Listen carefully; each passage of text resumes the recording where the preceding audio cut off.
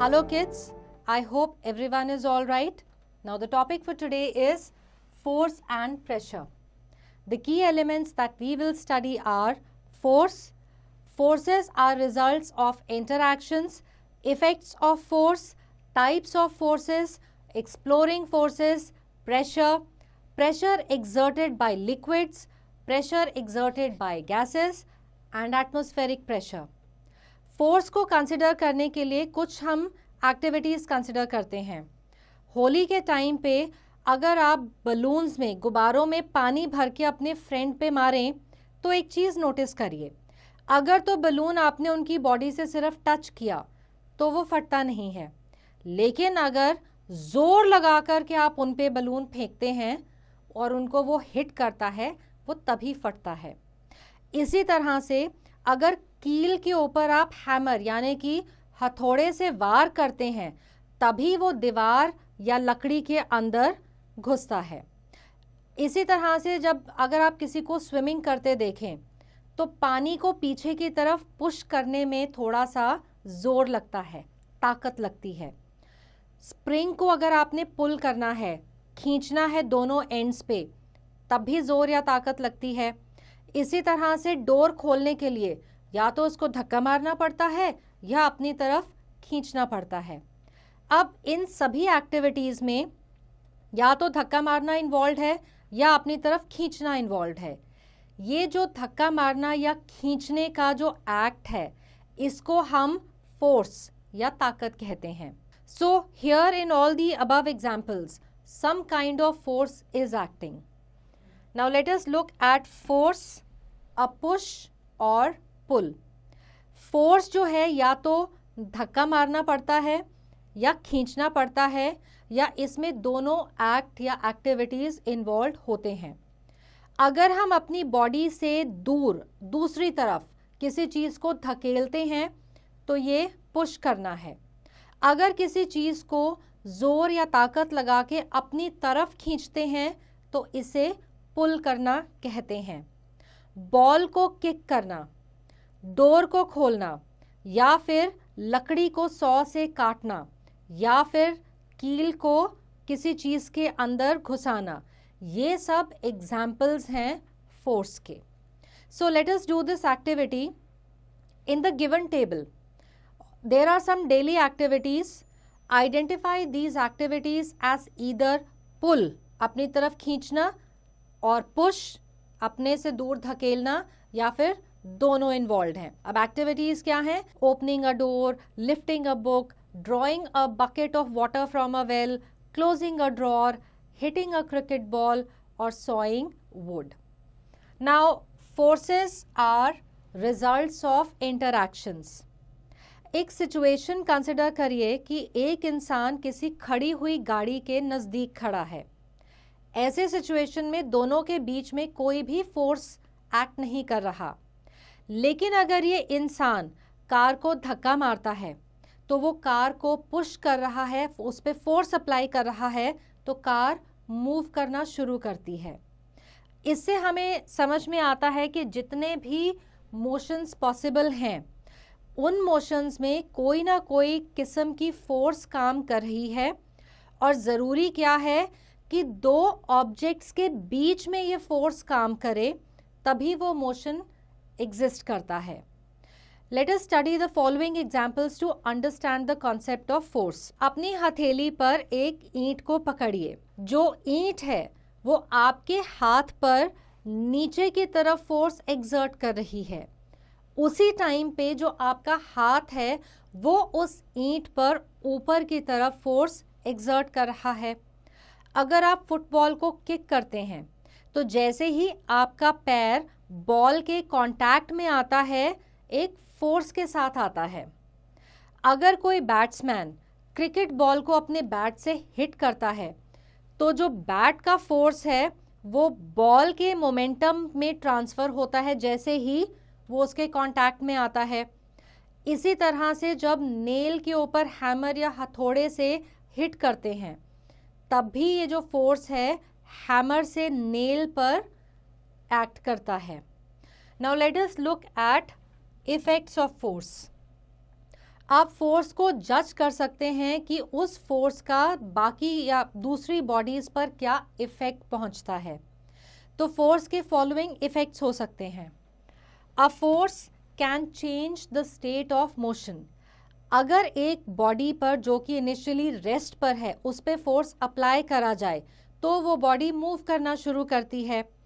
इसी तरह से अगर मूविंग बॉडी के ऊपर फोर्स अप्लाई करा जाए उसी डायरेक्शन में जिस डायरेक्शन में वो मूव कर रही है तो उसकी स्पीड बढ़ जाती है। लेकिन उस मूविंग बॉडी के ऊपर का फोर्स जो है वो ऑपोजिट डायरेक्शन में अप्लाई करा जाए तो उसकी स्पीड कम हो जाती है। So perform the following activity to see how a force can affect the state of motion of an object. To study the effect of force on the state of motion of an object, take a table tennis ball and a wooden board. Place the table tennis ball on the floor. The ball does not move on its own. It means the ball is in a state of rest. Now push the ball forward with a small force. You will see that the ball starts moving. Now push the moving ball in the same direction in which it is moving. You will see that the speed of the ball increases. Now put the wooden board in the path of the ball for a few seconds. The board applies a force on the ball in a direction opposite to its direction of motion. This causes the speed of the ball to decrease and thereby also changing the direction of motion of ball.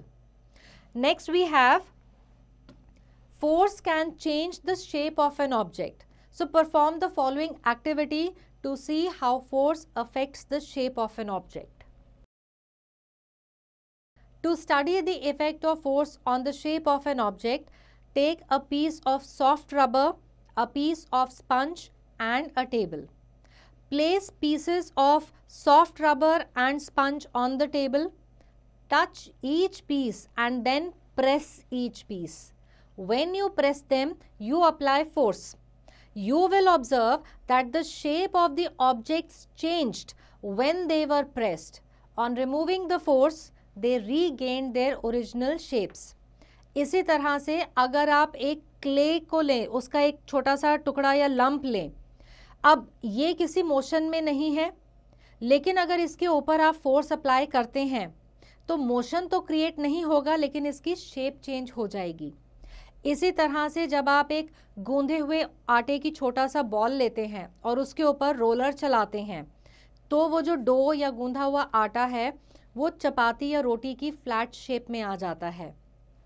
इसी तरह से spring balance में जब आप wait को या किसी भी वजन को ऐड करते हैं तो स्प्रिंग स्ट्रेच होता है और लंबा हो जाता है। Hence from the above discussion it is concluded that a force may change the shape of an object, make an object at rest move और change the direction of a moving object. तो force को हम define कर सकते हैं कि ये वो इन्फ्लुएंस है जिसकी वजह से किसी मूविंग बॉडी की या किसी भी बॉडी की स्पीड में चेंज आ सकता है, उसके मोशन का डायरेक्शन बदल सकता है या उस ऑब्जेक्ट की शेप बदल सकती है। Now forces are broadly divided into two categories, contact force and non-contact force. So let us first look at the contact forces. अगर फिजिकली किसी एक ऑब्जेक्ट के ऊपर फोर्स अप्लाई किया जाए यानी कि दो बॉडीज के बीच में कांटेक्ट हो और तब फोर्स अप्लाई किया जाए तो इस टाइप के फोर्स को कांटेक्ट फोर्सेस कहते हैं। फॉर एग्जाम्पल, आप बाल्टी को बिना पकड़े लिफ्ट नहीं कर सकते, बुक को हाथ लगाए बिना पुश नहीं कर सकते, तो डायरेक्टली या इनडायरेक्टली आप में उस बाल्टी में या आप में उस बुक में कुछ ना कुछ फिजिकल कांटेक्ट हुआ था। अब ये फिजिकल कांटेक्ट नेसेसरी है फोर्स के एक्ट करने के लिए। Hence these cases are under contact force.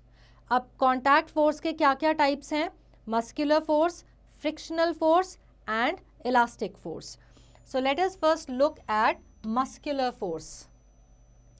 अगर बॉडी के मसल्स से कोई फोर्स अप्लाई करा जाए तो उसे मस्कुलर फोर्स कहते हैं। जैसे कि आपने अगर स्कूल बैग लिफ्ट करना है तो आपके जो आर्म के मसल्स हैं उनमें आप स्ट्रेन फील करेंगे, और जब उस बैग को आप उतार के नीचे रख देंगे तो वही मसल्स रिलैक्स फील करेंगे। तो बैग उठाने के लिए आपने मस्कुलर फोर्स को अप्लाई किया था। मस्कुलर फोर्स अप्लाई होता है पुश करने के लिए, चीज़ों को अपनी तरफ पुल करने के लिए, अगर कोई गीला कपड़ा है तो उसमें से पानी को निचोड़ने के लिए, खाने को चबाने के लिए, चलने के लिए, भागने के लिए, सब जगह मस्कुलर फोर्स एक्सर्ट होता है। किसी भी ऑब्जेक्ट पे मस्कुलर फोर्स को एक्सर्ट करने के लिए बॉडी का उस ऑब्जेक्ट को डायरेक्टली या इनडायरेक्टली टच करना ज़रूरी है। मस्कुलर फोर्स जो है कॉन्टैक्ट फोर्स है। एनिमल्स, बर्ड्स और इंसेक्ट्स जो हैं वो मस्कुलर फोर्स अप्लाई करते हैं अलग अलग मूवमेंट्स के लिए। जो बैल हैं वो जब बैलगाड़ी को खींचते हैं तो वो मस्कुलर फोर्स यूज़ करते हैं। कैमल्स या ऊंट मस्कुलर फोर्स यूज़ करते हैं लोगों को या सामान को उठा करके डेजर्ट में चलने के लिए। मस्कुलर फोर्स प्रोड्यूस होता है जब बॉडी के डिफरेंट पार्ट्स के जो मसल्स हैं उनमें कॉन्ट्रैक्शन होती है। अब इसी की वजह से हम ब्रीथ कर सकते हैं, जो हमारा खाना है वो डाइजेस्टिव सिस्टम में मूव करता है, हम चल सकते हैं, हाथों को लिफ्ट कर सकते हैं, किसी चीज़ को पकड़ सकते हैं, बोल सकते हैं, स्माइल कर सकते हैं। हमारा जो हार्ट है वो भी मस्कुलर फोर्स की वजह से बीट करता है। Next comes frictional force. ये एक कॉन्टैक्ट फोर्स है, वो तब अप्लाई होता है जब एक बॉडी दूसरे ऑब्जेक्ट या बॉडी के ऊपर स्लाइड करती है। ये फोर्स तभी अप्लाई होता है जब दो बॉडीज के बीच में एक रिलेटिव मोशन होता है। अगर ये बॉडीज एट रेस्ट हों तो इनके बीच फोर्स ऑफ फ्रिक्शन नहीं पैदा होगा। This force always acts in the direction opposite to the direction of motion of the object. For example, जब आप बॉल को फ्लोर पे रोल करते हैं तो वो कुछ डिस्टेंस ट्रैवल करने के बाद अपने आप रुक जाती है, हालांकि आपने उसको रोकने के लिए कोई फोर्स नहीं अप्लाई करा। इसी तरह से अगर आप साइकिल में पेडल करना छोड़ दें तो कुछ डिस्टेंस के बाद वो साइकिल रुक जाती है। कार का इंजन अगर आप बंद कर देंगे तो कार भी रुक जाती है। इन सब सिचुएशंस में देखने में कोई फोर्स ऐसा लगता है अप्लाई नहीं करा इन बॉडीज को रोकने के लिए। यहाँ पे जो फ्रिक्शनल फोर्स है वो डायरेक्शन ऑफ मोशन के ऑपोजिट डायरेक्शन में एक्ट करता है, इसीलिए यहाँ पे बॉल या साइकिल या कार रुक जाती है। Now let us look eight elastic force. कुछ ऑब्जेक्ट्स जैसे कि स्प्रिंग या रबर बैंड या स्पंज हैं, ये स्ट्रेच हो जाते हैं या इनको हम बेंड कर सकते हैं। इनकी शेप और साइज बदली जा सकती है। इन पर जो फोर्स एक्ट करता है उसको कहते हैं इलास्टिक फोर्स। फॉर एग्जाम्पल, अगर आप गीले कपड़ों को निचोड़ते हैं या स्प्रिंग के दोनों सिरों को पकड़ के उनको स्ट्रेच करते हैं या किसी स्पंज को आप प्रेस करते हैं, ये सारे इलास्टिक फोर्सेस हैं। Now let us look at the non contact forces. जब बिना डायरेक्ट फिजिकल कांटेक्ट के किसी ऑब्जेक्ट के ऊपर कोई फोर्स अप्लाई होता है तो उसे नॉन कांटेक्ट फोर्स कहते हैं। फॉर एग्जाम्पल, जो मैग्नेट है वो नेल्स को अपनी तरफ कुछ डिस्टेंस से अट्रैक्ट कर लेता है, तो जो मैग्नेटिक फोर्स है ये एक नॉन कांटेक्ट फोर्स है। इसी तरह से अर्थ का जो ग्रेविटेशनल फोर्स है ये नॉन कांटेक्ट फोर्स है, जिसके वजह से बॉडीज जो हैं वो अर्थ की तरफ अट्रैक्ट होती हैं। So let us now look at the types of non contact forces. They are magnetic force, gravitational force, electrostatic force and nuclear force. So let us first look at magnetic force. जो force का interaction exist करता है magnetic poles के बीच में, उसे magnetic force कहते हैं। ये अट्रैक्टिव हो सकता है या रिपल्सिव हो सकता है। It extends into infinity. जो अट्रैक्टिव फोर्स दो लाइक पोल्स जैसे कि नॉर्थ पोल और नॉर्थ पोल के बीच में है वो रिपल्सिव है, लेकिन जो अट्रैक्टिव फोर्स दो अनलाइक पोल्स के बीच में है जैसे कि नॉर्थ और साउथ पोल के बीच में, वो अट्रैक्टिव है। So let us do an activity to study nature of magnetic force. Take 3 pencils and 2 bar magnets.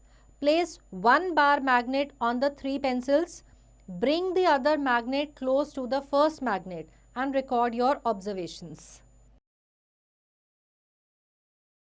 Now change the face of magnet in your hand and again bring it closer to the magnet lying on the pencils and record your observation. You will observe that in both cases, without coming in contact, the 2 magnets apply a force on each other.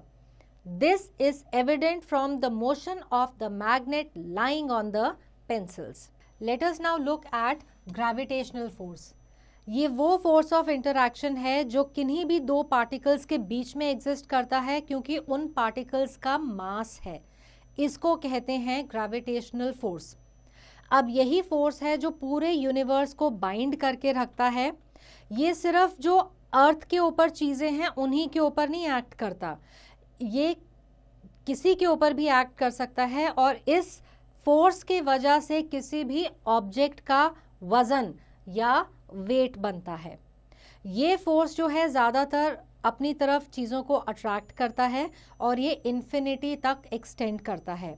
लेकिन ये force बहुत ही week है. ये force तभी बहुत ज़्यादा नज़र आता है या अप्रिशिएबल हो जाता है जब बहुत बड़े बड़े ऑब्जेक्ट्स होते हैं जैसे कि अर्थ, मून, सन और हमारे stars. Let us do an activity to see the effect of gravity on the objects of different masses. Take a small stone and a feather or a ball of cotton. Take stone in one hand and feather or cotton ball in the other hand. Let both these objects fall to the ground simultaneously, that is at the same time. You will observe that the stone hits the floor with greater force. This happens because the stone has more mass, that is weight, than the light cotton ball or feather, and force of attraction on it is greater. From the above activity, it is clear कि जितना ज़्यादा object का मास है उतना ही ज़्यादा उसके ऊपर gravitational force act करेगा. Now let us look eight electrostatic force. ये वो फोर्स ऑफ इंटरैक्शन है जो 2 चार्जेस के बीच में एग्जिस्ट करता है, इसीलिए इसको इलेक्ट्रोस्टैटिक फोर्स कहते हैं. ये अट्रैक्टिव या रिपल्सिव हो सकता है. ये भी इन्फिनिटी तक एक्सटेंड करता है. अगर 2 लाइक चार्जेस हैं तो उनके बीच का इलेक्ट्रोस्टैटिक फोर्स जो है वो रिपल्सिव होगा. लेकिन अगर 2 अनलाइक चार्जेस हैं तो उनके बीच में अट्रैक्टिव इलेक्ट्रोस्टैटिक फोर्स एग्जिस्ट करेगा. So let us do an activity to see the effect of electrostatic force. You require a comb or a plastic ruler and bits of dry paper. Comb your dry hair again and again. You will see some hair are pulled towards the comb. This is because your hair and comb have developed electric charges. Now again comb your dry hair vigorously and bring the comb near tiny bits of dry paper and observe them. You will observe that the pieces of dry paper rush towards the comb. It is because the vigorous rubbing makes the dry comb electrically charged, and due to the presence of charge, the comb attracts tiny bits of paper. ये जो electrostatic charge develop हुआ, ये उन paper के pieces को अपनी तरफ attract करता है एक फोर्स से, जिसको हम कहते हैं electrostatic force. Now let us look eight nuclear forces. हमारे आसपास जो भी मैटर है, जो भी ऑब्जेक्ट है, वो बहुत ही छोटे छोटे पार्टिकल से बना है जिनको हम कहते हैं एटम. एटम का जो सेंट्रल पार्ट है उसके अंदर होता है न्यूक्लियस. न्यूक्लियर फोर्सेस जो हैं वो इस न्यूक्लियस के अंदर एक्ट करती हैं. ये बहुत ही स्ट्रॉन्ग नॉन कॉन्टैक्ट फोर्सेस होती हैं जो कि पार्टिकल को इकट्ठा जोड़ कर रखती हैं. So let us now study exploring forces. For understanding the action of forces properly, consider the following cases. Try pushing a heavy box by yourself. Can you move it? Obviously you cannot. Now take the help of your friend and try pushing it again. Does it move now? You will find that it does. This means when you apply force in the same direction, the force adds up. This force now moves the object in the direction in which it is applied. Now try to push the box again. Ask your friend to push it in the opposite direction in which you push. Does the box move? If it moves, then in which direction does it move? Obviously, it will move in the direction in which a larger force is applied. Consider the example of a game of tug of war. रस्साकशी होती है ना? इस game में दो opposite teams रस्सी को अपनी अपनी तरफ ऑपोजिट डायरेक्शंस में खींचते हैं. एक रेड रिबन बीच में टाई किया जाता है और वहीं पे ग्राउंड पे मार्क लगाया जाता है. जो टीम रिबन को अपनी तरफ खींच लेती है वो जीतती है. सो दस from the above examples it is concluded कि दो फोर्सेस अगर एक ऑब्जेक्ट पे सेम डायरेक्शन में अप्लाई करे जाएं तो वो फोर्स ऐड हो जाते हैं. दो फोर्सेस अगर एक ऑब्जेक्ट पे ऑपोजिट डायरेक्शंस में एक्ट करें तो जो नेट फोर्स है वो उन दो फोर्सेस का डिफरेंस होता है. नेट फोर्स उसी डायरेक्शन में एक्ट करता है जहां पे बड़ा फोर्स होता है. अगर दो फोर्सेस एक ऑब्जेक्ट पे ऑपोजिट डायरेक्शन से एक्ट करें और वो दोनों फोर्सेस इक्वल हों तो जो नेट फोर्स है जो कि ऑब्जेक्ट पे एक्ट कर रहा है वो जीरो हो जाता है और ऑब्जेक्ट मूव नहीं करता. तो फोर्स को डिस्क्राइब करने के लिए ज़रूरी है कि आप स्पेसिफाई करें कि कितनी स्ट्रेंथ या जोर अप्लाई किया गया है और वो किस डायरेक्शन में अप्लाई किया गया है. जो फोर्स की स्ट्रेंथ है वो जनरली मैग्नीट्यूड में एक्सप्रेस होती है. ये एक न्यूमेरिकल वैल्यू है और इसकी एक अप्रोप्रिएट यूनिट है. In addition to the magnitude, a force always has a direction. The direction of force is away from us when we push something and towards us when we pull something. Thus, a force is expressed by its magnitude and direction. Now, let us look at the unit of force. The SI unit of force is Newton, named after the famous scientist Sir Isaac Newton. Kilogram weight is also a unit for force, where 1 kilogram weight is equal to 9.8 Newton. Now let us understand what is pressure.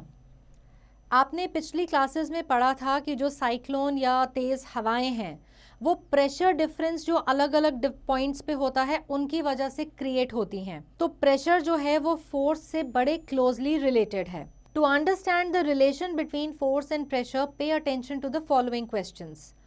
Which is easier to push into a wooden board, the cap of your pen or an iron nail?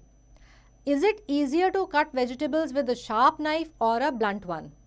हालांकि दोनों situations में same force apply हो रहा है, लेकिन result same नहीं है. अगर hammer आप sharp nail के ऊपर मारेंगे तो वो जो नेल है वो वुड में इजीली अंदर घुस जाएगी. लेकिन अगर वही हैमर उसी फोर्स से आप पेन की कैप के ऊपर मारेंगे तो वो वुड के अंदर एंटर नहीं होगा. इसी तरह से आप सब्जियों को शार्प नाइफ से बड़े इजीली काट सकते हैं, लेकिन ब्लंट नाइफ जो है वो उस पर काम ही नहीं करता. तो ऐसा क्यों होता है? इसका आंसर मिलेगा प्रेशर में. जो फोर्स का इफेक्ट है सरफेस, किसी भी सरफेस के ऊपर, वो दो चीज़ों पे डिपेंड करता है. एक तो कितना अमाउंट का फोर्स अप्लाई करा और दूसरा वो एरिया जहाँ पे वो फोर्स प्रेस हो रहा है. So perform the following activity to understand the above points.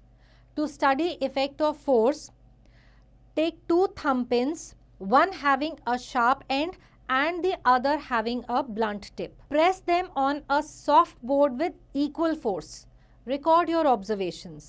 Though both the pins experience the same force, the pin with pointed side pierces the soft board and the pin with the blunt tip does not. The same force has different effects on the two pins.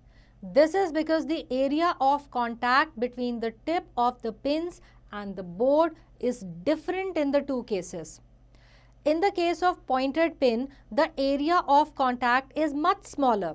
Therefore, the force applied is concentrated in a small area. The pin with the flat tip has a wider area of contact, therefore the force applied is spread over a larger area. This reduces the effect of the applied force. तो इस activity से हमने देखा कि जो हमने force apply करा उसका इफेक्ट डिपेंड करता है कि वो कितने एरिया पर वो फोर्स एक्ट कर रहा है. So this effect of force is measured by a quantity called pressure. तो प्रेशर क्या है? Force acting per unit area of a surface. It can be expressed numerically as pressure is equal to force divided by area. From the above formula, it is concluded that pressure is directly proportional to the applied force. It means larger the force, larger will be the pressure exerted. This point can be demonstrated by the following activity. To demonstrate that pressure is directly proportional to the applied force, take two blocks of same size, one of wood and the other of iron, and a heap of cotton. Place the iron block on a heap of cotton. Remove the iron block. Now place wooden block on the heap of cotton. Observe in which case the cotton gets depressed more. You will observe that the cotton under the iron block gets depressed more. The reason behind this is that the iron block, being heavier than the wooden block, exerts a greater force on the heap of cotton.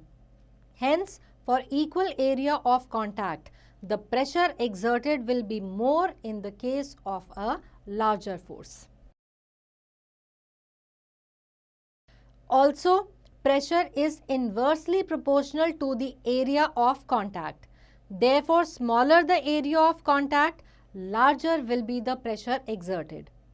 Now, unit of pressure. Since pressure is equal to force upon area, therefore SI unit of pressure is equal to SI unit of force upon SI unit of area. So, this is equal to Newton upon meter square, and this is denoted as N/m square. So, 1 Newton upon meter square is equal to 1 Pascal, denoted as PA. Hence, 1 Pascal is the pressure that results from the action of 1 Newton of force acting on a unit area. Examples of pressure.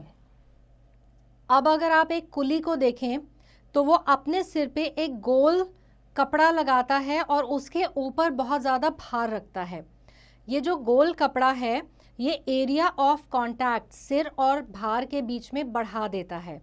इससे क्या है कि सिर के ऊपर pressure कम हो जाता है और वो ज़्यादा लोड या भार कैरी कर सकता है. हमारे लिए सैंड पे चलना बहुत मुश्किल है, लेकिन ऊंट या कैमल वहीं पे बड़ी आसानी से चल लेते हैं क्योंकि उनके पैर जो हैं वो पैडेड होते हैं और बड़े होते हैं. इससे क्या होता है कि उनके पैर और ग्राउंड के बीच का जो कांटेक्ट एरिया है वो बढ़ जाता है. इससे क्या है कि जो प्रेशर है वो कम हो जाता है. इसकी वजह से कैमल सैंड पे बिना अंदर धंसे आराम से चल लेता है. It is easier to hammer a sharp nail into a wall. जो नेल की जो शार्प एज है उससे कांटेक्ट एरिया बहुत कम हो जाता है. इसकी वजह से जब इसके ऊपर प्रेशर अप्लाई करा जाता है तो नेल जो है बड़ी इजीली दीवार के अंदर घुस जाती है. इसी तरह से जो हमारे शोल्डर बैग्स होते हैं उनके स्ट्रैप्स बहुत ज़्यादा ब्रॉड होते हैं. ये क्या करते हैं कि ये एरिया ऑफ कांटेक्ट बढ़ा देते हैं और प्रेशर कम कर देते हैं. इसलिए शोल्डर बैग को अपने कंधे पे टांग के उठाना ज़्यादा आसान हो जाता है. जो आर्मी टैंक्स हैं वो किस पे मूव करते हैं? कैटरपिलर ट्रैक्स के ऊपर. ये कैटरपिलर ट्रैक्स जो हैं एरिया ऑफ कांटेक्ट ग्राउंड के साथ बढ़ा देते हैं, प्रेशर कम कर देते हैं. इसलिए किसी भी किस्म की टेरेन पे ये टैंक्स बड़े इजीली मूव करते हैं. Late us now look at pressure exerted bye liquids. जितने भी लिक्विड्स हैं वो भी प्रेशर एक्सर्ट करते हैं. To understand this, let us perform the following activity. Take a glass tube, open at both ends, a balloon and water. Take the glass tube and close one of its ends with a balloon. Hold the tube vertically with its open end at the top. Pour water in the tube to fill about a quarter length of the tube. Record the observation. Pour more water to fill half of the tube. Record the observation. Pour more water to fill about 3/4 of the tube, and again record the observation. As the water is added to the tube, the balloon starts to bulge. As we go on increasing the water level in tube, the bulge of the balloon also goes on increasing. Here the bulge of the balloon represents the pressure exerted by water on the balloon. The increased bulge indicates an increase in the pressure. It is concluded that the liquids exert pressure in downward direction. जो liquids pressure exert करते हैं वो liquid के column की height पे depend करता है, liquid के वॉल्यूम पर नहीं. फॉर एग्जाम्पल, अगर आप 2 कंटेनर्स लेते हैं, एक बड़ा और एक छोटा, और दोनों का पानी सेम लेवल तक फिल करते हैं, तो दोनों में जो बॉटम पे जो प्रेशर एक्सर्ट होगा वो सेम रहेगा. तो लिक्विड जो है सेम डेप्थ या सेम गहराई में इक्वल प्रेशर एक्सर्ट करते हैं, और लिक्विड का प्रेशर एक्सर्ट होता है जब गहराई या डेप्थ बढ़ती है. So perform the following activity to understand this point. To demonstrate the pressure exerted by the liquids increases with depth and liquids exert equal pressure at the same depth. Take 2 identical cylindrical containers and sellotape and water. Mark the 2 containers as 1 and 2. In container 1, pierce 3 holes around the same level. In container 2, pierce 3 holes at different levels, one below the other. Close the holes tightly with sellotape in both the containers. Fill the containers with water and remove the tape with a jerk one at a time, and record your observations. You will observe that in container 1, water from the 3 holes falls at the same distance from the container. It shows liquids exert equal pressure at the same depth. In container 2, water from the 3 holes falls at different distances. So water from the uppermost hole falls closest to the container. It shows that the pressure exerted by liquids increases with depth. Let us now look at pressure exerted by gases. जो हमारे आसपास gases हैं वो भी pressure exert करती हैं. So to understand this, let us do an activity to demonstrate the pressure exerted by the gases. What we require is a balloon. Take the balloon and inflate it. Hold the mouth of the balloon tightly so that air could not escape out. Now open the mouth of the balloon slightly by loosening the grip of your hand. You can feel the air gushing out through the mouth of the balloon, and if you make small holes in the balloon will not inflate because the air blown into it escapes from all the holes. So the above activity shows that air exerts pressure in all directions.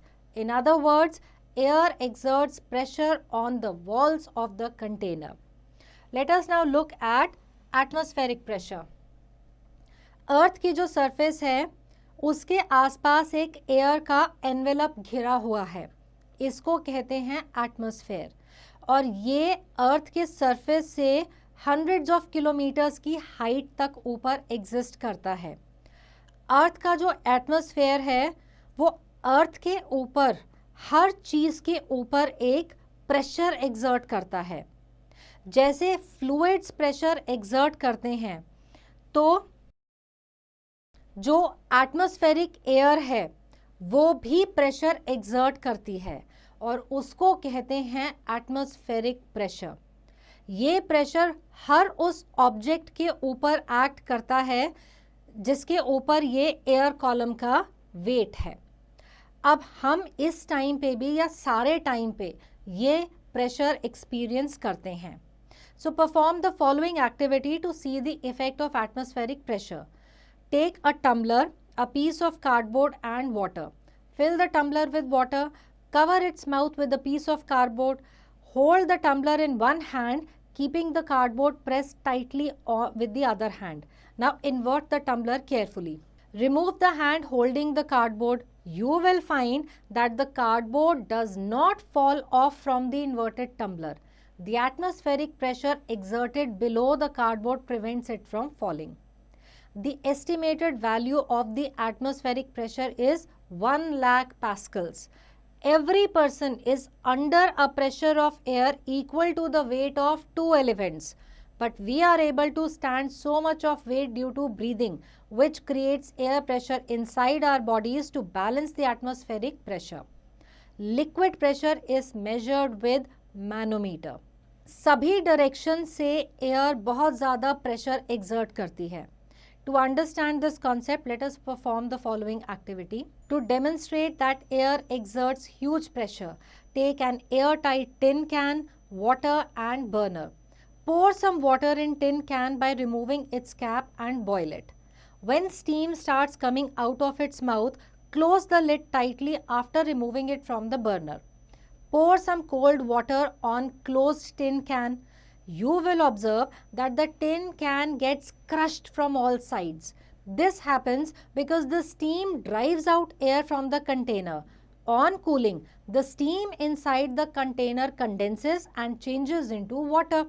This creates a vacuum inside the can. As a result, the excess atmospheric pressure outside the can crushes it inwards. This shows that air exerts huge pressure in all directions. तो इस activity से ये तो proof हो गया कि air pressure exert करती है और बहुत ज़्यादा प्रेशर एक्सर्ट करती है. अब जो एयर इतना ज़्यादा एटमॉस्फेरिक प्रेशर एक्सर्ट करती है तो ह्यूमंस और एनिमल्स हैं उनकी बॉडी क्रश क्यों नहीं होती? क्योंकि ह्यूमन या एनिमल की जो बॉडीज़ हैं उनके सेल्स के अंदर फ्लूइड्स होते हैं जिसकी वजह से एक इंटरनल प्रेशर डेवलप होता है. ये जो इंटरनल प्रेशर है ये बाहर के एटमॉस्फेरिक प्रेशर को बैलेंस करता है. जिस इंस्ट्रूमेंट से एटमॉस्फेरिक प्रेशर को मेजर किया जाता है उसे बैरोमीटर कहते हैं. 2 तरह के बैरोमीटर्स होते हैं, मर्करी बैरोमीटर और aneroid barometer, and you will study about them in higher classes. Do you know about Magdeburg experiment? This experiment was performed by the 17th century German scientist Otto von Guericke in Magdeburg, which is a German city. He dramatically demonstrated the strength of atmospheric pressure. In this experiment, he took 2 bronze hemispherical vessels of identical size and fitted them together like this. A vacuum pump was used to completely remove the air inside them. 2 groups of 8 horses, each pulling the hemispheres in opposite directions, were employed.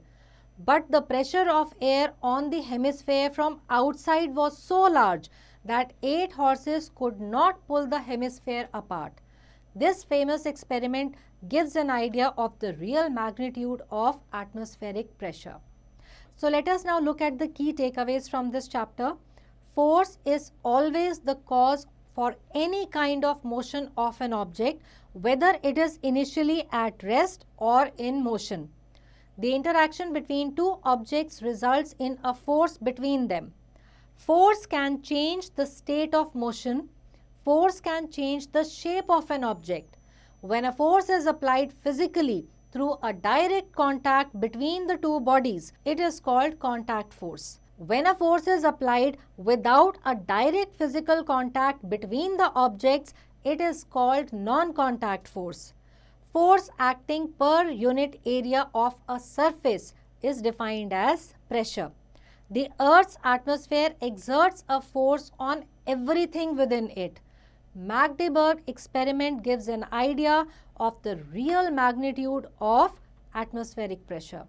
So I hope that the chapter is clear to everyone and answering questions based on this chapter will now become easy.